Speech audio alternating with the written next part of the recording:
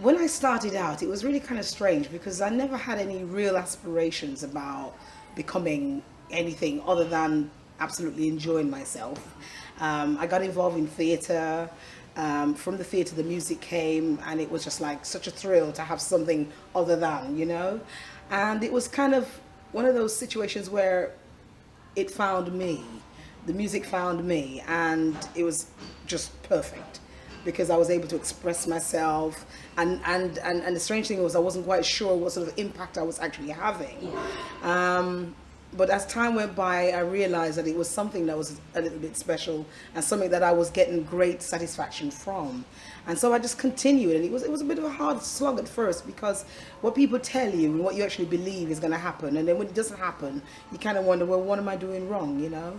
But as time went by, I realized that it was something that, yeah, it works. It works because it's a great vibe. People really get off on it. I get off on it, and I just kind of stayed with the industry. And it's a tough one, but I've loved it. I've really, it's served me very well. Okay. Served me very well. Well, talking about the inspiration, apart from being a huge fan of music, I listen to so much. Music is very eclectic in the sense that I was listening to, blues, jazz, gospel, rock and roll, and I grew up listening to just about everything. And, eventually, you develop your own style. But you cannot deny that the influences haven't come from the gospel and the blues. But, a few years I learned that my grandfather sang. I never knew my grandfather, which is a very sad situation because I never knew him, and also then to discover that he was a gospel singer. So in a way, I think, okay, maybe that is my heritage, and so fine, I claim this. I claim it, Grandfather Turner. Thank you very much. So yeah, maybe that's there too. But my inspirations are all the old blues people I've listened to, gospel, whatever. I just even now, huge fan. When I started out, having a great time, which is what it was all about for me. Never mind how much you can earn. I mean, I was so naive in the fact that I thought the best thing you could do was to own a gold album.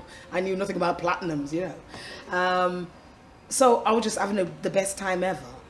But what was also really interesting was the fact that whilst I was kind of making a name for myself, I also got invited to sing with a lot of wonderful artists that I admired.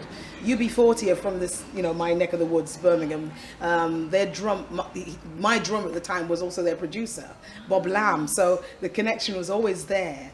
And when I went, sang on a couple of their albums and did some shows with them, which was fantastic. Then I also got, I was doing a gig in London at the Bloomsbury Theatre, and rumour had it that Brian Ferry was in the audience. I mean, you don't tell people things like that when you're just about to embark on the stage.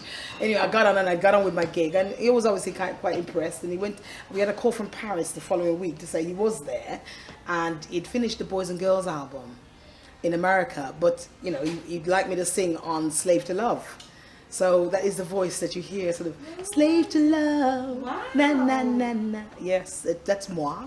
And worked of course with Culture Club. Did a year with them in America. I work with the wonderful Jules Holland presently, 10 years ago, and now still working with fabulous Jules. Sang on Mick Jagger's album. His solo album. Fortunately got slated, but never mind. I think people kind of felt, he's got enough money, we're not supporting that one. What a shame, because I sang on about 6 tracks, however. How that came about, strangely enough, was the producer that produced his album.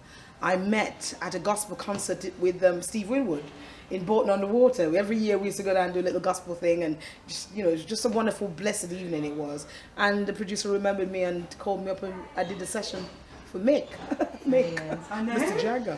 Yeah, so yeah, I mean, been doing some wonderful things. It's been, God's been good, and I've been really blessed to be.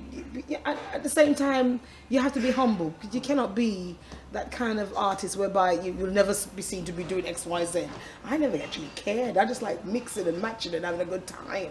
Yeah. And it works. It does work. Because there's just nothing better than the sharing. Absolutely. Music is all about that, you see. So yeah.